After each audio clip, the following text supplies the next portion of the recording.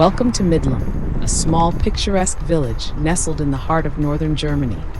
Surrounded by rolling hills and endless meadows, Midlum has withstood the test of time. With its charming, half-timbered houses and cobblestone streets, this village feels like a place out of time, a tranquil retreat from the modern world. The history of Midlum stretches back to the Middle Ages, when it was a bustling hub for farmers and merchants drawn to its fertile lands. The fresh breeze from the nearby coast brought not only fishing goods but also prosperity to the village. By the 17th century, Midlum had become an important trade center in the region, renowned for its thriving grain production. But like every village, Midlum has its hidden corners and untold stories. Over time, the importance of trade faded, and many left in search of new opportunities. What remained were the whispers and legends surrounding its old windmill, a place that has stood at the heart of the village's life and lore for generations. On the outskirts of the village, atop a gentle hill, stands Midlum's old windmill. For over 2 centuries, it has stood strong against wind and weather.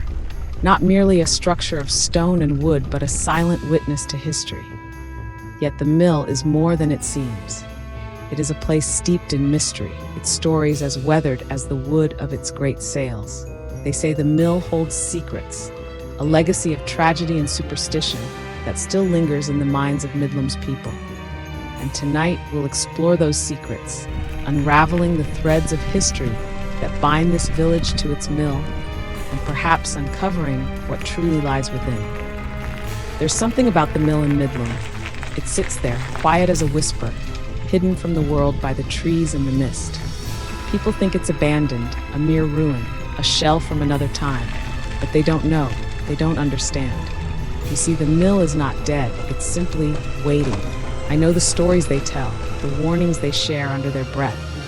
They say the mill is haunted, that shadows move within its walls when no one is looking, that voices echo in its empty halls. But they don't know it like I do. I am the mill's keeper, or perhaps I am its prisoner. Either way, it has chosen me to stay, to listen, to understand.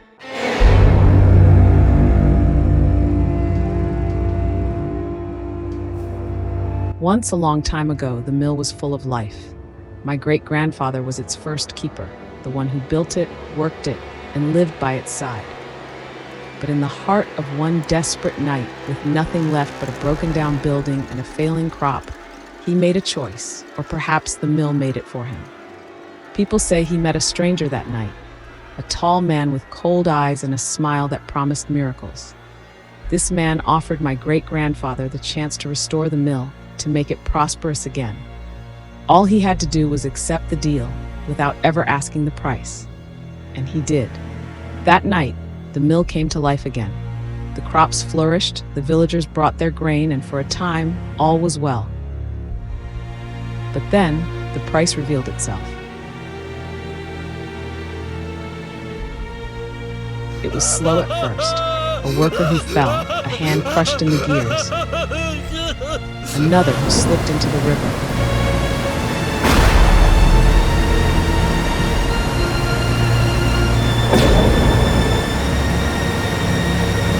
Little by little, the mill took what it needed, and each life lost seemed to fill it with something else, something darker, a hunger. Now, they say the souls of those who died here remain, bound to the mill, feeding its unending hunger. And I am bound to it as well. My family has always been the keepers of the mill, sworn to care for it, to keep it quiet, to make sure it waits. The others in the village, they avoid me. They say I'm cursed, that anyone who stays near the mill will meet the same fate as those who died here. They don't look me in the eye, and I can't blame them, because I've felt it too. The pull of the mill, the way it calls to me, whispers my name when I'm alone. And in the quietest moments, I think I hear the others, the ones who were taken. One evening, a stranger arrived at the village. He was curious, asking questions about the mill, about the voices and the rumors. He said he wanted to see it for himself, to uncover its secrets. I tried to warn him, tried to make him see, but he just smiled and walked toward the mill. Maybe the mill wanted him there. Maybe it knew he wouldn't listen. He walked right through the gate, past the shadows into the very heart of it. And as he did, I felt the mill stir, a deep, silent joy, like an animal finally fed after years of hunger. He disappeared into the mill. I called his name. I waited, but he never came out. The villagers say he simply vanished. But I know the mill took him, absorbed him, as it had done to so many others before. He became part of its story, woven into the very walls. It's quiet now, too quiet. And in the silence, the weight of this place is unbearable. I am alone, surrounded by memories, bound by the mill's will. They say a curse holds me here, that I could never leave, even if I wanted to. And perhaps they're right. I used to think there was a way out, that someday someone would come and break the spell. But now I'm not so sure. Maybe I've always been part of the mill from the very beginning. Maybe it has waited just for me.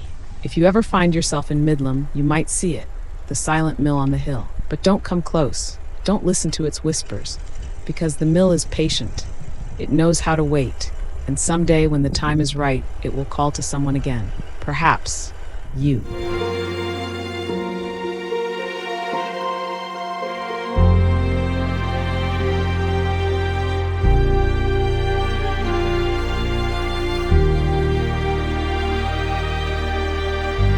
This is the story of the mill that waited, of a place that holds its secrets in silence, and of a curse that binds souls to its shadowed walls. Remember, some places are best left undisturbed, and some questions are better left unanswered. And so, the story of the old windmill in Midlam remains, a haunting chapter in a village steeped in history and mystery. What do you think? Are the legends merely tales spun by time, or is there something more waiting to be discovered? Share your thoughts in the comments below. I'd love to hear your theories. Pause as the music swells slightly, creating anticipation. If you enjoyed uncovering the secrets of Midlam, don't forget to give this video a thumbs up. It really helps bring more stories like this to life. And if you're ready to dive deeper into more mysteries, history, and legends, hit that subscribe button and turn on the bell icon so you never miss an adventure. Thank you for watching. And until next time, stay curious.